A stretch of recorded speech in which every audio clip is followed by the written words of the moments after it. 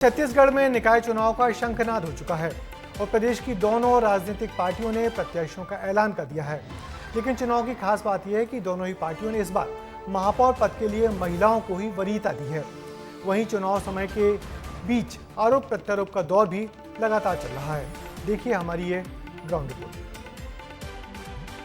छत्तीसगढ़ में नगरीय निकाय चुनाव का बिगुल बजते ही सियासत शुरू हो चुकी है। विधानसभा, लोकसभा और रायपुर दक्षिण में मिली बम्पर जीत के बाद बीजेपी शहरी सरकार बनाने की तैयारी में है। वहीं कांग्रेस 3 बड़े चुनाव हारने के बाद सत्ता में काबिज होने के लिए उठापटक कर रही है। खास बात यह है कि निकाय चुनाव में महिलाओं को तवज्जो दी गई है। बीजेपी ने जहां 5 महिलाओं को महापौर पद का उम्मीदवार बनाया है, तो वहीं कांग्रेस ने 4 महिलाओं की उम्मीदवारी तय की है। दोनों पार्टियां 10 नगर निगमों पर कब्जा जमाने के लिए एड़ी चोटी का जोर लगा रही हैं। 10 नगर निगमों में नाम घोषित हुए।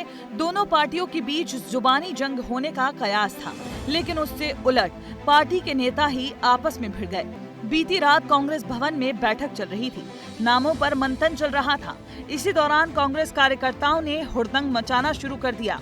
गाली गलौज हुई, तो वहीं सुकमा में टिकट को लेकर नाराजगी के चलते 19 लोगों ने अपने पद से इस्तीफा देना मुनासिब समझा। नेताओं के इस्तीफे के बाद खुद प्रदेश अध्यक्ष को बात संभालनी पड़ी। उन्होंने बयान जारी कर लोगों को समझाइश दी। स्वाभाविक है, ये बड़ा चुनाव है। मैं इसे बड़ा चुनाव मानता हूँ। कार्यकर्ताओं का चुनाव है।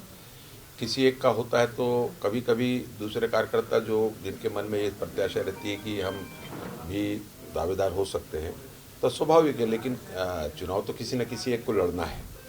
हम लोग बातचीत कर रहे हैं, जहां संभव हो सकता है, जितना हो सकता है। पूरी हमारी प्रदेश स्तर की टीम सभी जगह लगी हुई है। नेता आपस में भिड़े ही जा रहे थे। मुद्दा टिकट का था।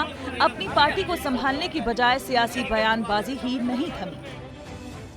कांग्रेस पार्टी, चाहे वो केंद्रीय नेतृत्व हो, चाहे उनका प्रदेश नेतृत्व हो, जिस तरीके से वो टिकटों को लेकर के, पहले तो उनके पास में कोई दावेदार नहीं होता कांग्रेस पार्टी के जो कार्यकर्ता है, और पैसे लेन देन करके वो टिकटों को बेचने का काम करते हैं। देखिए, भारतीय जनता पार्टी के जो अभी नगरीय निकाय चुनाव में प्रत्याशी का चयन किया गया है, इसको लेकर के बहुत बड़े पैमाने पर असंतोष है और बड़े पैमाने पर काफी बड़ी संख्या में जो लोग हैं, असंतुष्ट लोग, पार्टी से इस्तीफा तक दे रहे हैं, ऐसे भी जानकारी मिली। 28 जनवरी को नामांकन की आखिरी तारीख है। ऐसे में बीजेपी और कांग्रेस नामांकन रैली निकालकर शक्ति प्रदर्शन करने वाली है। प्रदेश भर में 11 फरवरी को मतदान होगा।